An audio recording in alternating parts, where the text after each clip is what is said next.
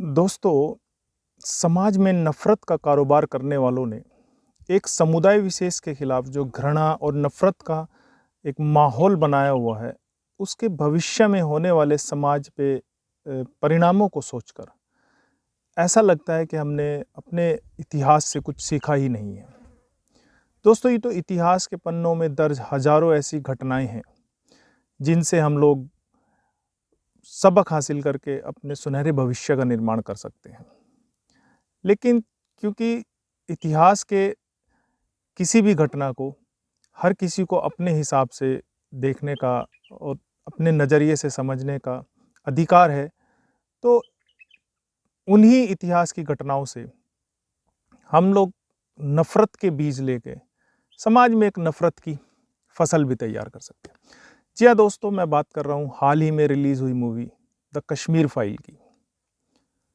90 के दशक में कश्मीर में संगठित रूप से कुछ असामाजिक तत्वों द्वारा कश्मीरी पंडितों पर किए गए अत्याचार को किसी भी नज़रिए से ठीक नहीं कहा जा सकता। और सिर्फ कश्मीरी पंडितों पर ही क्यों, आम कश्मीरी नागरिकों और गुजरात, दिल्ली, मुजफ्फरनगर और देश के किसी भी हिस्से में किसी भी नागरिक पर होने वाले अत्याचार को सही नहीं ठहराया जा सकता। फिर चाहे वो गुजरात के दंगे हों, दिल्ली, मुजफ्फरनगर और या फिर इंदिरा गांधी की हत्या के बाद सिखों के साथ किया गया अत्याचार हो। दोस्तों, इन सभी घटनाओं में शामिल दोषियों पर कड़ी से कड़ी कार्रवाई होनी चाहिए और इन घटनाओं की निंदा करने में किसी भी समाज को कोई कभी गुरेज नहीं होना चाहिए और ना ही किसी को कभी कोई गुरेज रहा है।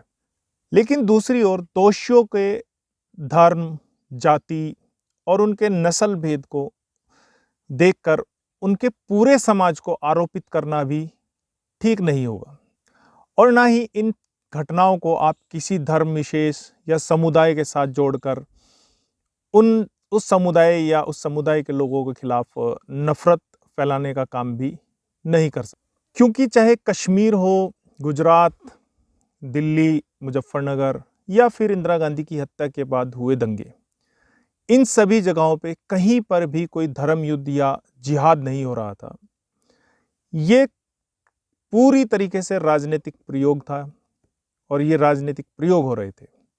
और आज भी इन घटनाओं को जिस तरीके से समाज के सामने पेश किया जा रहा है, वो भी कहीं ना कहीं एक राजनीतिक षड्यंत्र और राजनीतिक प्रयोग नजर आता है। कश्मीर में हुई 90 के दशक की इस घटना को जिस तरीके से द कश्मीर फाइल मूवी में समाज के सामने परोसा गया है, वो पूरी तरीके से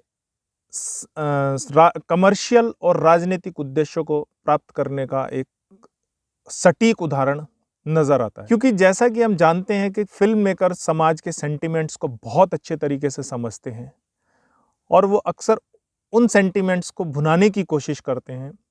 तो कश्मीर फाइल फिल्म भी हाल ही में समाज में जिस तरह का एक खास समुदाय के खिलाफ नैरेटिव बना है, उसको भुनाने की एक पूरी कोशिश है।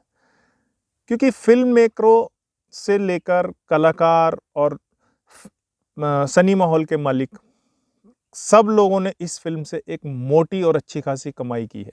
भले ही कुछ राज्यों की सरकारों ने इसे टैक्स फ्री करके आपके लिए इसका टिकट बहुत सस्ता कर दिया हो, लेकिन फिल्म मेकर या फिल्म से जुड़े बाकी लोगों की तरफ से आपको कभी कोई रियायत नहीं हुई होगी, क्योंकि ये उनका एक कमर्शियल एजेंडा है और वो इसको जो सामाजिक सेंटिमेंट्स है उसको एक भुनाने की कोशिश कर रहे हैं।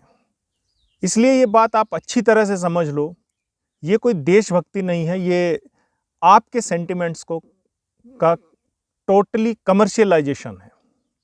और दोस्तों, इतिहास में ऐसी सिर्फ और सिर्फ एक घटना नजर आती है जिसमें चुनी हुई सरकार ने इस तरह की नफरत फैलाने वाली मूवीज को देखने के लिए लोगों को प्रेरित किया हो।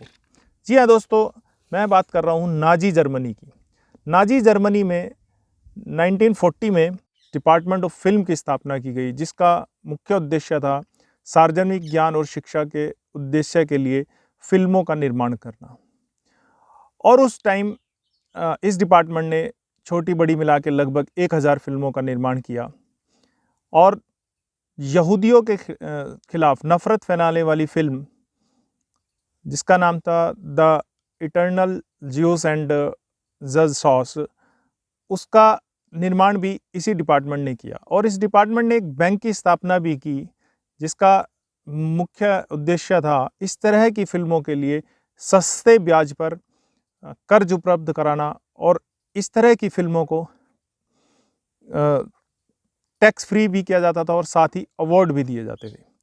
जैसा कि हम भारत में भी हो रहा है कि इस फिल्म को देखने के लिए बहुत सारे राज्यों ने टैक्स फ्री कर दिया और एक राज्य के गृह मंत्री ने अपने पुलिस फोर्स को स्पेशल बोला है कि इस तरह की पिक्चर को देखें और उसके लिए बाकायदा छुट्टी भी दी है।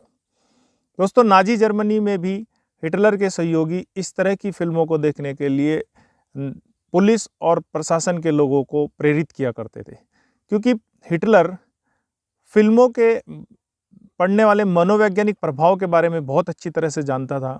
इसलिए वो इस तरह के प्रोपगेंडा को फिल्मों के द्वारा समाज में स्थापित करने की कोशिश करता था। और हिटलर ने अपनी आत्मकथा में लिखा भी है कि लिखे हुए शब्दों की बजाय लोगों को फिल्मों से अधिक जोड़ा जा सकता है। लगभग कमोबेश वही स्थिति आज भारत में भी है। कई तरह की फिल्में, कई तरह के सोशल मीडिया के वीडियोस के जरिए लोगों को एक खास समुदाय के खिलाफ नैरेटिव सेट करने के लिए तैयार किया जा रहा है।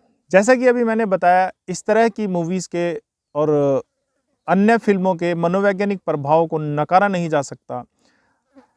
और हाल ही में एक राज्य के गृह मंत्री ने अपनी पुलिस को छुट्टी दी है इस फिल्म को देखने के लिए, तो आप सोच सकते हैं कि उन ऑफिसर्स के पर इसका क्या मनोवैज्ञानिक असर हो सकता है और भविष्य में इस तरह की मूवी के क्या परिणाम हो सकते हैं। दोस्तों, जो लोग इस तरह की चालाकियों से संभावित रूप से प्रभावित हो सकते हैं, उन लोगों को ये चीज़ें समझना बेहद ज़रूरी है। और इन सब बातों से इतर मैं एक बात और कहना चाहूँगा, ओबीसी, एससी, एसटी और माइनॉरिटी के लोगों को इस तरह की चालाकियों को समझने के लिए जागरूक होने की ज़रूरत है और शिक्षित होने की ज़रूरत है। अपने समाज को शिक्षित करने पर ध्यान फोकस कीजिए, अपने समाज को जागरूक करने पर फोकस कीजिए, क्योंकि जब तक आप कलम के द्वारा करी गई इस तरह की चालाकियों को समझने में सक्षम नहीं होंगे, आप इनसे कभी नहीं जीत सकते और ना ही कभी इन चीज़ों का सामना कर पाओगे।